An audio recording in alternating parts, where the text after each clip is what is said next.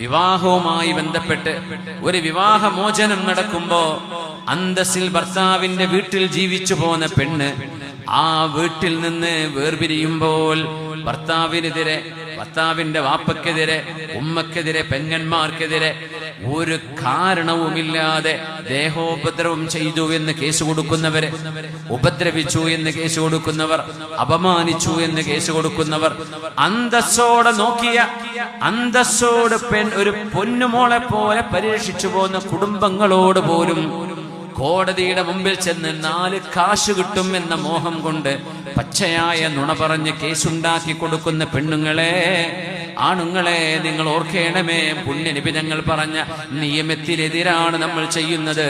എന്ത് നിസ്കാരം, പിന്നെ എന്ത് നോമ്പ്, എന്ത് ശഅബാനും റജബും റമളാനുമാണ് ഇത്തരക്കാർക്ക്.